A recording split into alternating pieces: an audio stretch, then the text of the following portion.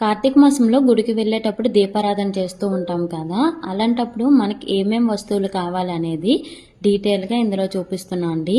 ఇవన్నీ మనం తీసుకువెళ్తే ఎలాంటి హడావిడి లేకుండా మనం ప్రశాంతంగా పూజ అయితే చేసుకోవచ్చు. ఫస్ట్ అయితే ఈ విధంగా పసుపు, కుంకుమ, అక్షంతాలు, హారతి, అలాగే ముగ్గు వేస్తాం కదండి, దానికోసం పిండి, దేవునికి పెట్టడానికి నైవేద్యం, అలాగే అగ్గిపెట్టి ఒక బాక్స్ లో స్టోర్ చేసుకుంటే మనకి ఈజీగా ఉంటుంది. అలాగే ఆవు నెయ్యితో చేసిన ఒత్తులు, ఈ ఒత్తులు నేను వీడియో అప్లోడ్ చేశాను అండి ఎలా చేయాలని, మీకు ఇంట్రెస్ట్ ఉంటే చూడొచ్చు.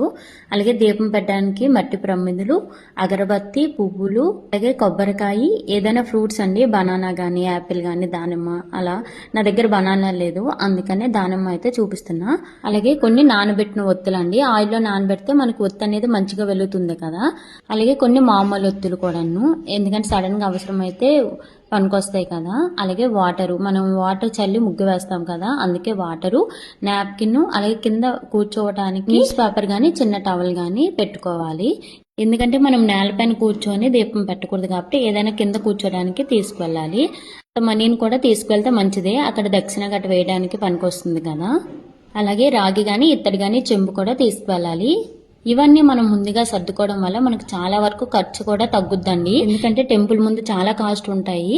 ఈ వీడియో మీ ఫ్రెండ్స్కి అయితే తప్పకుండా షేర్ చేయండి, ఛానల్ అయితే ఫాలో చేయండి ఫ్రెండ్స్.